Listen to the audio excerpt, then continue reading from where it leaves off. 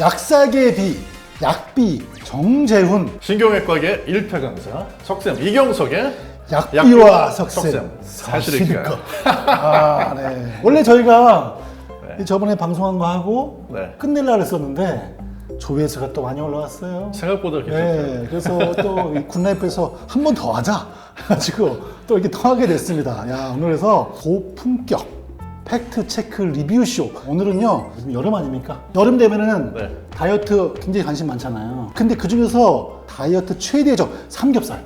삼겹살. 요거에 대해서 많이 물어보시거든요. 자, 일단 삼겹살 얼마큼 드세요? 저는 네. 뭐 한 달에 한두 번? 진짜? 네. 저는 삼겹살 개인적으로 그렇게 안 좋아해요. 저는 목살파예요. 네. 아, 이거 소주 안 드시죠? 술 잘 안 마시죠. 아, 네. 소주파는 무조건 목살을 안 먹지. 삼겹살이거든요. 삼겹살. 그래서 소주 하면 삼겹살, 삼겹살 하면 소주. 요게 딱 이게 그냥. 제가 얼마 전에 KBS에서 생로병사의 비밀, 거기서 삼겹살 편을 방송했거든요. 근데 정말 깜짝 놀란 내용이 나오더라고. 우리가 살 안 찌려고 삼겹살 막 수육 해 먹잖아요. 네. 근데 사실은 지방 함량은 차이가 별로 없다. 조리 방법을 바꿔도 잔류 지방은 수육과 구운 삼겹살과 비슷하다는 거예요. 약사이기의 백종원, 우리 약종원 선생님 한마디 좀 해주셔요. 사실이에요? 생로병사의 비밀 삼겹살 편 저도 봤는데요. 틀렸어요. 틀렸어? 네. 아 진짜? 네, 실험이 잘못했어요. 이거 생로병사의 비밀, 우리나라의 KBS 그래도 공영방송인데. KBS 생로병사의 비밀에서는 굽는 건 7분, 삶는 건 30분 이렇게 했는데 엉터려요 저렇게 하면은. 엉터려요 저렇게 하면은. 맞다. 네. 나중에 수육을 4시간 삶으면 그렇죠. 그리고 물 버리고 한 번 더 삶고 맞아요. 그러면은 차이가 날 거 아니야. 그렇죠. 그러니까 수육을 삶다가 있을 때 삶는 시간에 따라 가지고 지방이 빠져나가는 정도가 다 다를 거고 구울 때도 어떤 정도 세기의 불로 몇 분을 굽느냐에 따라 다르거든요. 그리고 또 하나는 뭐 같은 부위 삼겹살이니까 우리가 언뜻 보기에 지방이 비슷해 보이는데 그 같은지 다른지 어떻게 알아? 근데 옛날에 이게 장수촌 마을 소개한 프로 있었는데 장수하면은 일본의 오키나와거든요. 오키나와 노인분들이 장수의 비결 중 하나로 돼지고기를 삶아서 수육을 먹는다 그랬거든요. 그게 이제 지방 함량이 떨어져서 장수의 비결 되는 것 같은데, 그죠? 네, 오키나와 좀 오래 삶는데요. 그러니까 자, 결론. 그냥 뭐 정해진 시간 딱 정해놓고 네. 굽거나 삶는 걸 비교하면은 지방 함량이 비쌀 수 있지만 사실은 수육은 우리가 푹 삶잖아요. 네. 그죠? 그리고 물도 한번 버리고 하다 보니까 지방 함량은 낮을 것 같다. 사실 같이 먹는 소주가 문제지 돼지 기름 자체가 엄청나게 또 건강에 만약에 안 좋은 건 아니다. 소주와 삼겹살 자체가 네. 뭐 나쁘다. 그냥 네 그러세요. 우리는 네 그러세요. 우리는 뭐니까 네 그러세요. 하나 더 있어요. 왜냐면 그냥 우리가 하는 말이 오리고기를 먹어라 차라리. 또 어떤 분들은 아니다. 소가 더 나쁘다 그러는데 포화지방산과 불포화지방산 비율이 과연 삼겹살이 제일 안 좋은 고기일까? 이 생로병사 비밀에서 오리고기하고 삼겹살하고 꽃등심 소갈비하고 사실은 불포화지방산과 포화지방산 비율이 6대4로 비슷하대요. 비슷해요. 큰 차이는 안 나요. 차이가 많지 않다? 엄청난 차이는 아니기 때문에 그래서 이 고기는 사실 돼지나 소나 할 거 없이 100이라고 치면 거기 한 40% 정도 포화지방이기 때문에 사실 차이가 없다?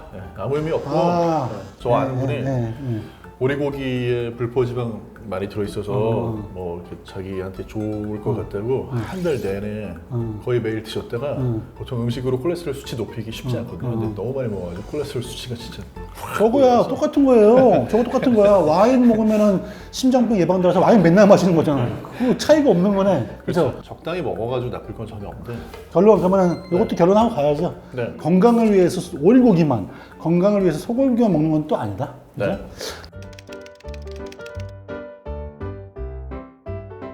삼겹살 한 점에 소주 한 잔 딱 하면 140칼로리 돼요. 삼겹살 2점에 소주 2개만 먹으면 밥 한 공기 300칼로리. 삼겹살 회식 가면 되게 삼겹살 저희가 그쵸? 한 사람당 한 50점 먹지 않나? 알았어. 50점 40점 먹었다 쳐. 40점. 40점 먹으면 계산해봅시다. 4, 40, 560, 5,600이네? 아, 소주 40잔. 소주 40잔. 그거 맛있잖아요. 안 맞아? 알았어. 미안해. 살아있을 것 같지 않은데 소주 20잔. 소주 20잔만 해도 거의 3,000칼로리라는 거지. 3,000칼로리. 하루 권장 성인 남성 칼로리가 2,000에서 2,400. 그러니까 그 먹으면은 죽는 거네. 그 다이어트 그죠? 그래서 어때요? 우리 전문가시니까 그래도 우리 약사계 백종원이잖아요. 우리 전문가로서 삼겹살 건강하게 먹는 방법 이런 것은 좀 내가 좀 노하우를 좀 가지고 있을 것 같아요. 사실 그렇게 먹고 나서도 나 괜찮아, 나 몸에 좋은 일 했어라고 할 수 있는 그런 놀라운 연구 결과는 없어요. 없지. 네. 없지. 뭐 하고 싶은 거 다 하고 먹고 싶은 거 다 먹으면서 살 빼달라고 하는 거는 그건 없고 제가 다이어트 할 때 방법은 제가 소개해 드릴게요. 제가 레지던트 할 때 그때 25kg 뺄 때 삼겹살 맨날 삼겹살 먹으러 갔거든요. 우리 회식할 때 어떻게 했냐면은 들어갈 때 입구에서 그 물 있죠, 물. 그 물통. 그거를 교수님들이 있으니까 혼날까봐 밖에서 그 물통 한 통을 다 먹었어. 다 먹고 물배를 채워. 그 다음에 딱 앉았어. 굽죠. 굽는 동안 계속 저는 쌈채소 있죠. 쌈채소를 4겹으로. 한 겹으로. 진짜로. 4겹에다가 당근 올리고 고기 한 점에서 싸서 먹어. 먹으면 확실히 덜 먹게 돼. 배는 금방 부르고. 진짜요. 그렇게 하면은 삼겹살도 즐기고, 그 다음에 채소로 포화가 되니까 평소 먹는 것보다는 분명히 준다. 저는 그건 맞아요. 이 방법으로 저는 마무리 한번 해보는 게 어떨까. 결론은 삼겹살은 죄가 없다. 그죠? 뭐가 죄다? 술이, 그죠? 소주가 죄다, 그죠?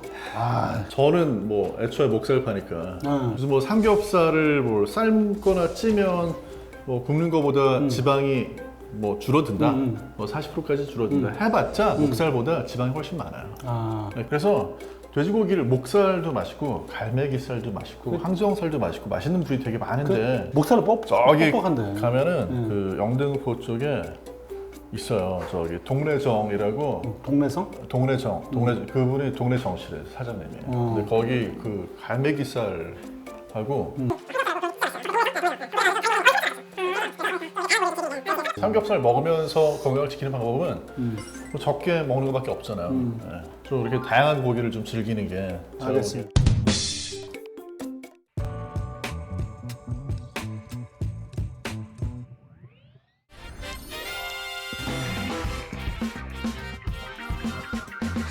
약사계의 비, 우리 약비 정재훈, 신경외과계 1타 강사 석쌤 이경석의 약비와 석쌤 사실일까? 네. 고품격을 지향하는데 네. 사실 뭐 그냥 의식의 흐름대로 그대로 진행하는 팩트 제가 보기엔 리뷰쇼. 한 중품격 정도 되는 것 같아요.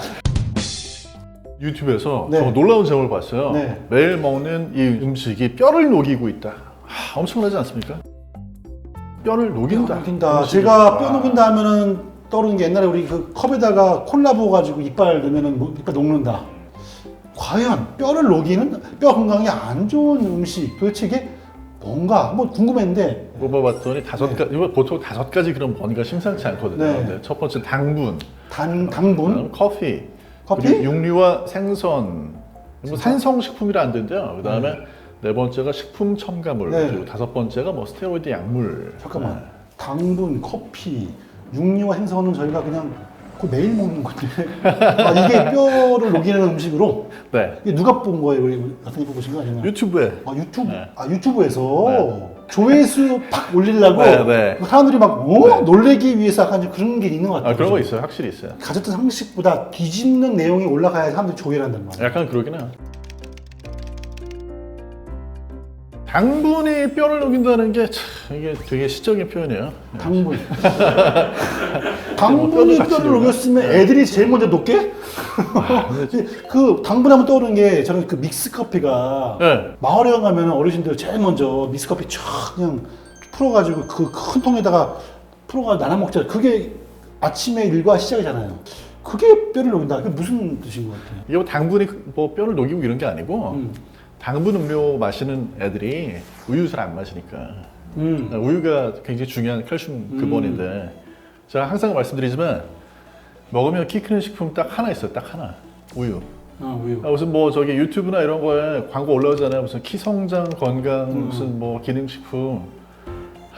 식약 저도 문제 많습니다. 근데 아무튼간에 키 성장하는 거는 우유예요. 근데 그거 안 먹고 이제 당분 음료 마시면 이건 좀 성장 덜하지 않겠냐? 커피는 카페인 때문에 그런 얘기 나오는 거긴 하거든요. 카페인이 그 뼈 칼슘 흡수를 좀 방해하잖아요. 네. 과량했을 경우. 그렇죠. 하루에 커피를 여기 8잔 마시는 분 계세요. 8잔? 네, 8잔 이상 마시는 분들은 그러면서 칼슘을 섭취를 안 해. 내가 음식으로 안 먹어.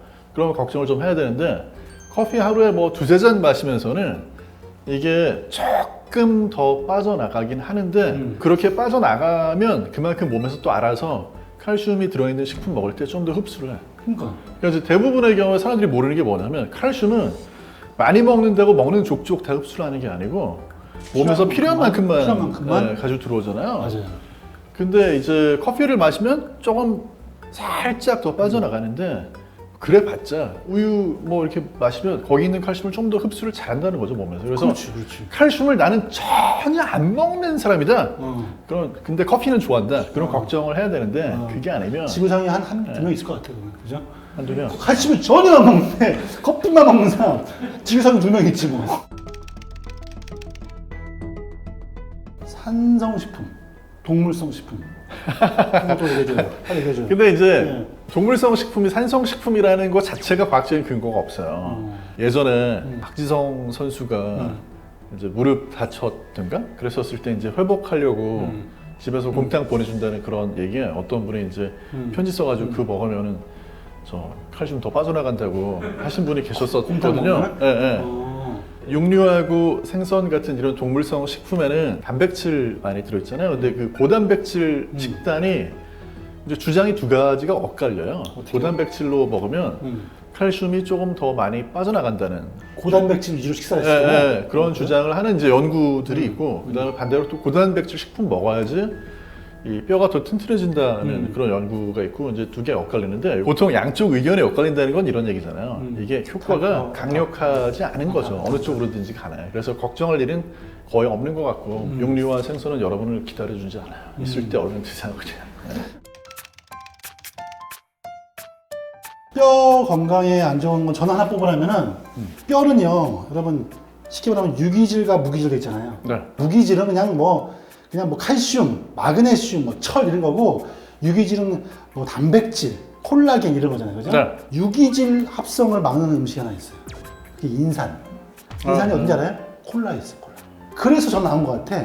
콜라를 이빨을 타면 이빨 녹는다. 그게 아마 좀 과장해서 녹는지 모르겠는데 여하튼 콜라를 많이 먹게 되면은 콜라에 있는 인상 성분이 유기질 합성 방해해요. 그래서 뼈 건강에 좋지는 않다. 그럼 하나 됐어. 이건 이게 방송할지는 모르겠는데 그 유기질이 문제란 말이에요.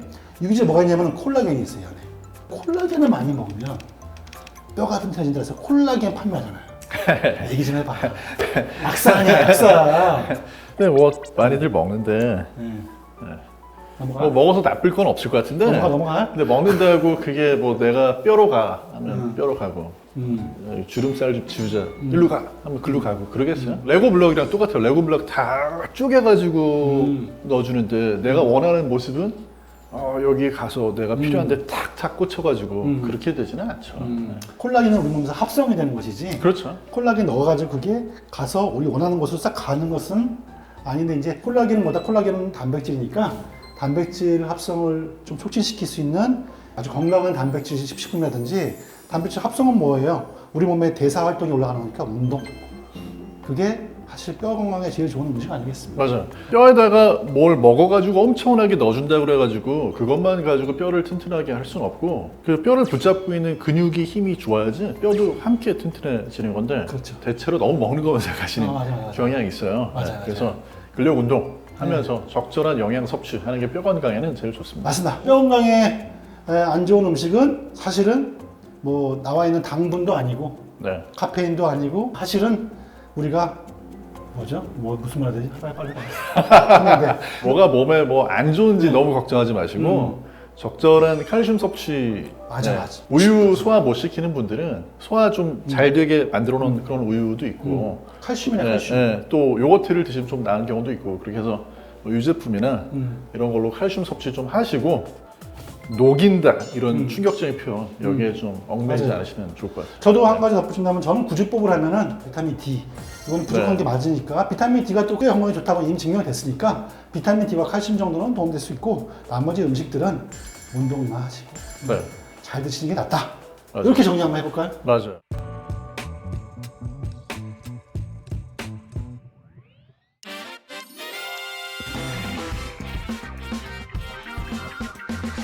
약사계 약비 정재훈 신경외과계 1타 강사 석쌤 이경석.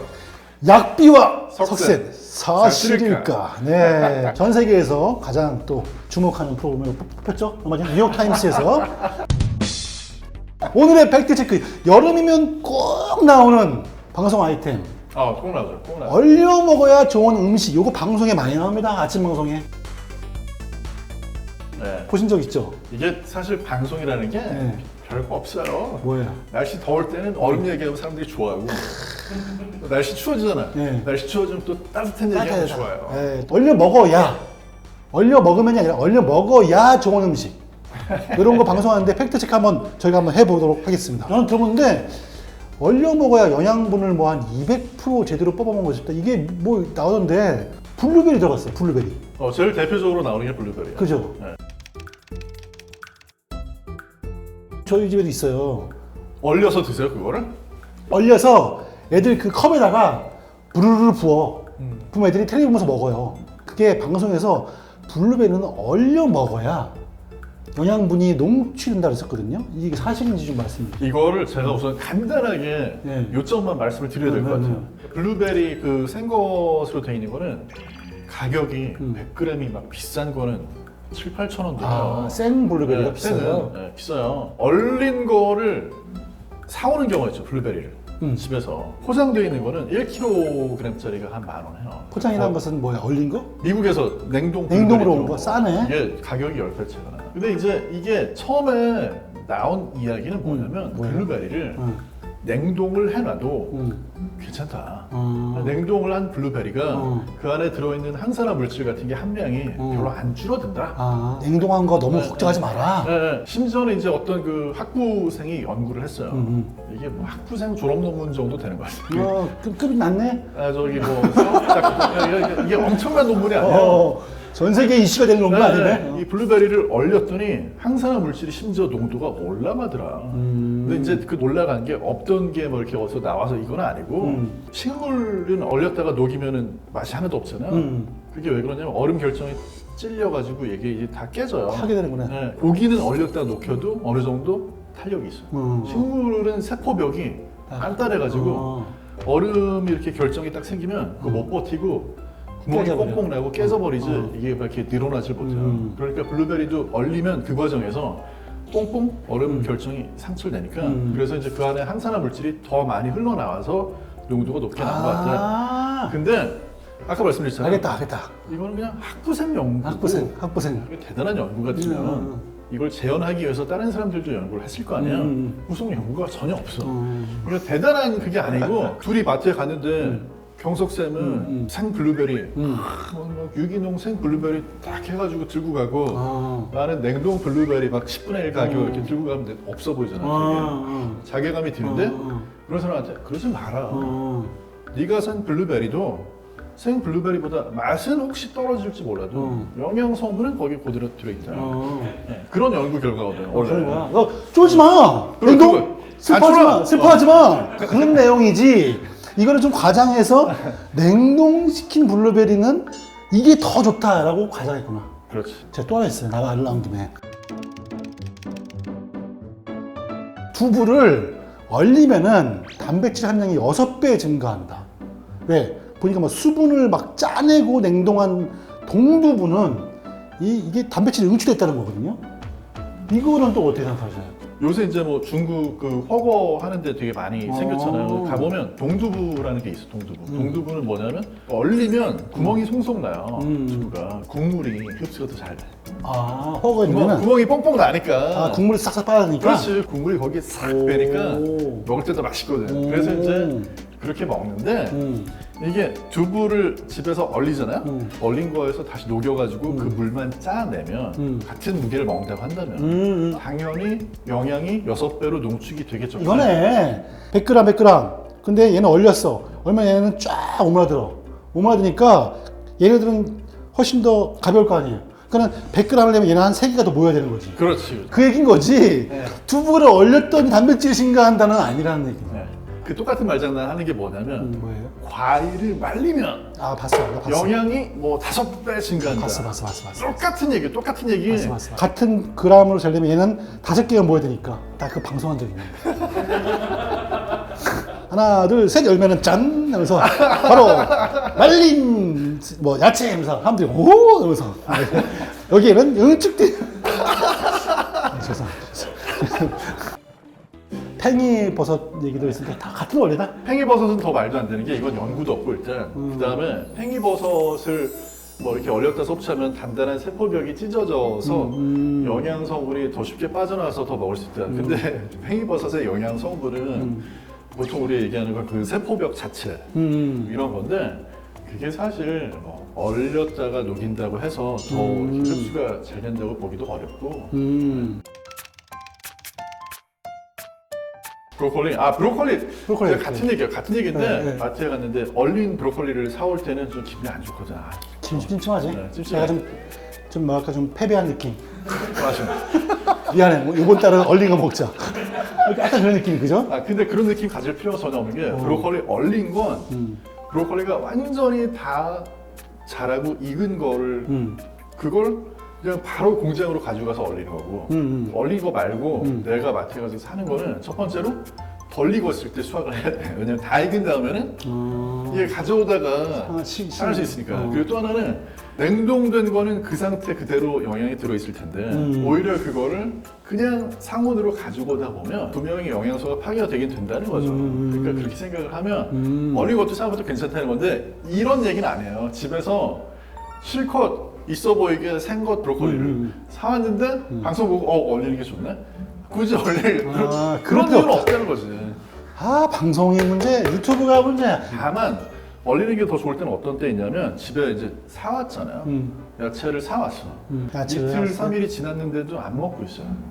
안 되겠다. 이거 놔두면 아무도 안 먹는다. 이때는 그냥 냉장실에 있던 거를 그래도 얼려서라도 나중에 먹으면 그게 뭐 날 수도 있어. 저는 잘하는 게 저거예요, 대파. 대파 사가지고 저는 씻은 다음에 짝딱 해가지고 다 한 다음에 나는 얼려서 하거든요. 아무 문제 없어.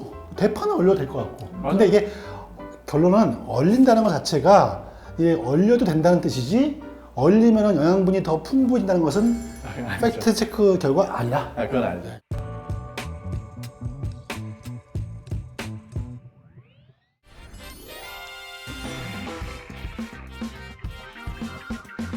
약사계비, 약비 정재훈, 신경외과계 1차 강사 석쌤 이경석의 약비와 석쌤 사실일까? 네, 고품격 팩트 체크 리뷰쇼. 지금 유튜브 조회수 지금 전 세계 1등으로 지금.